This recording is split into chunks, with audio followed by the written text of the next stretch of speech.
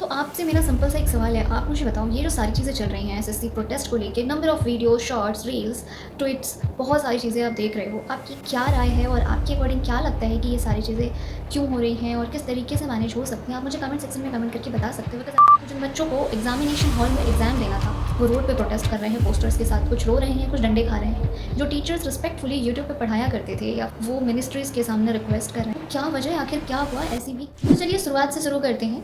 Date 24 जुलाई 2025, जिस दिन आपका एसएससी सिलेक्शन पोस्ट 13 का एग्ज़ाम शेड्यूल किया गया था। एग्ज़ाम होना था, सब कुछ सही चल रहा था, बच्चे एग्ज़ाम सेंटर पे जाते हैं एग्ज़ाम देने के लिए, वहाँ जाने के बाद पता चलता है एग्ज़ाम नहीं हुआ। किसी का सर्वर डाउन है, किसी को एग्ज़ामिनेशन के चलते हुए बीच में आके बोला जाता है आपका एग्ज़ाम नहीं होगा, किसी को सेंटर पे जाके पता चलता है उनका सेंटर ये नहीं है, अभी अभी अपडेट हुआ है, उनका लोकेशन कहीं और है।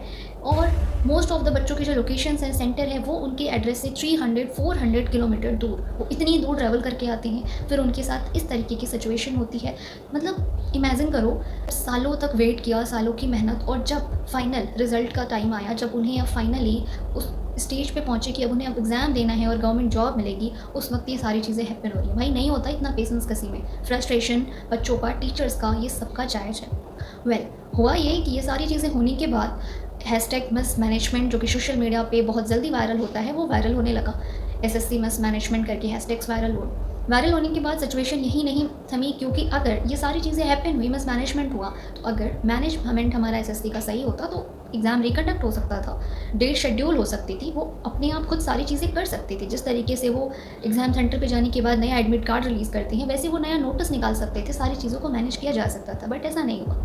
हैशटैग पहले वायरल होता है, फिर टीचर्स, जो भी आपके एजुकेटर्स हैं, जो स्टूडेंट्स हैं, वो दिल्ली चलो का अभियान चलाते हैं। बहुत ज़्यादा आप कह सकते हो कि Telegram groups, Instagram groups, WhatsApp groups बनाए जाते हैं जिसमें दिल्ली चलो का अभियान चलाया जाता है। फिर बहुत सारे नंबर ऑफ़ बच्चे एंड एजुकेटर्स जंतर मंतर जो दिल्ली में आपका है, प्लस सीजीओ कम्प्लेक्स पे कलेक्ट होते हैं और वो अपनी सिंपल सी 4 डिमांड रखते हैं। बहुत पीसफुल तरीके से ये प्रोटेस्ट स्टार्ट होता है, सिर्फ़ और सिर्फ अपनी डिमांड रखी जाती है इस उम्मीद में कि वो पूरी की जाए। डिमांड उनकी ये होती है, पहली, कि जिन बच्चों का भी एग्ज़ाम जेन्युइनली अफेक्ट हुआ है उनका रिकंडक्ट किया जाए। सेकंड, जो भी आने जाने का ट्रांसपोर्ट का खर्चा है वो गवर्नमेंट उठाए। एंड थर्ड, जो आपका एग्ज़ाम वेंडर एडिक्विटी, अब एडिक्विटी क्या है ये भी हम डिस्कस करेंगे, एडिक्विटी को ब्लैकलिस्ट किया जाए। एंड फोर्थ, एक नीट और क्लीन एग्ज़ाम शेड्यूल निकाला जाए जिसमें कोई भी डिले, कोई भी ग्लिच, इस तरीके की सिचुएशन नहीं है। ये 4 डिमांड पूरी की जा सकती थी, बट सिर्फ किए गए झूठे प्रोमिसेस, साथ ही प्रोमिसेस तो छोड़ो, देर की बात है, उसके पहले लड़ाइयाँ हुई, टीचर्स स्टूडेंट्स को एफआईआर,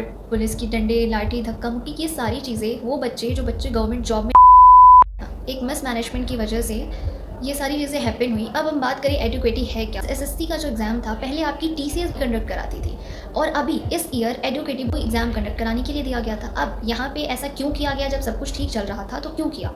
यहाँ पे सिंपल सा है, देखो मैं एग्जैक्ट नहीं बताऊँगी। ऐसा था कि टीसीएस जितने चार्ज कर रही थी एग्ज़ाम को कंडक्ट कराने में, क्योंकि अब ऑब्वियस सी बात है, एग्ज़ाम हो रहा है, सारी मैनेजमेंट करनी है तो चार्ज तो लगेगा।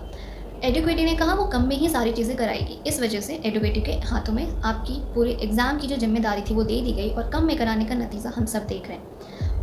अब एट द एंड इस वीडियो में मैं यही बोलूँगी आपको, देखो गवर्नमेंट एग्ज़ाम कोई भी हो, ये ना सिर्फ एक ट्रैप है जिसमें आप फंस जाते हो और फंसने के बाद अब आपको लगता है कि मेरा करियर बर्बाद है, क्योंकि नंबर ऑफ स्टूडेंट्स जो एसएससी की प्रिपरेशन कर रहे थे, ये सारी सिचुएशन हो रही है। बहुत सारे ऐसे बच्चे होंगे ना, मतलब जो डेली खाना नहीं खा रहे होंगे, बहुत सारे ऐसे बच्चे होंगे, इवन आप भी बहुत से ऐसे अपने फ्रेंड सर्कल में, अपने ही सर्कल रिलेटिव्स में जानते होंगे।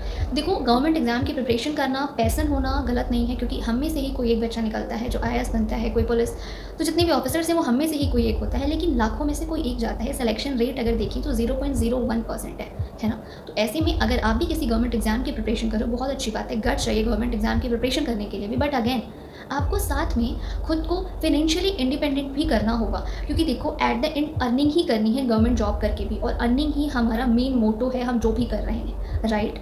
तो अर्निंग के लिए अगर आप स्टेबिलिटी बनाने के लिए बहुत सारे फैक्टर्स में खुद को प्रिपेयर करोगे, इन द सेंस आप प्लान बी भी प्रिपेयर अगर कर रहे हो, अगर आपने एस्पिरेंट वेब सीरीज़ देखी है तो प्लान बी का इंपॉर्टेंस आपने वहाँ पे समझा होगा। तो प्लान बी हमेशा अपने लिए रखो, मार्केट रेडी बनो। मार्केट में आजकल स्किल्स की बहुत ज़्यादा रिक्वायरमेंट है। अगर आपके पास स्किल्स हैं तो आप किसी भी जॉब में अप्लाई कर सकते हो, प्राइवेट, आपको किसी भी टाइम आप अर्निंग स्टार्ट कर सकते हो, कोई नहीं रोक सकता, कोई मैनेजमेंट, कोई गवर्नमेंट, कोई वेंडर, कुछ भी आपको कोई रोक नहीं सकता। अगर स्किल्स हैं तो आप एनी टाइम लाखों की अर्निंग कर सकते हो। वीडियो को हम यहीं पे एंड करते हैं एंड मिलते हैं नेक्स्ट वीडियो में। Till then keep watching, keep learning and हाँ, अपना कमेंट, अपनी राय कमेंट में ज़रूर बताना।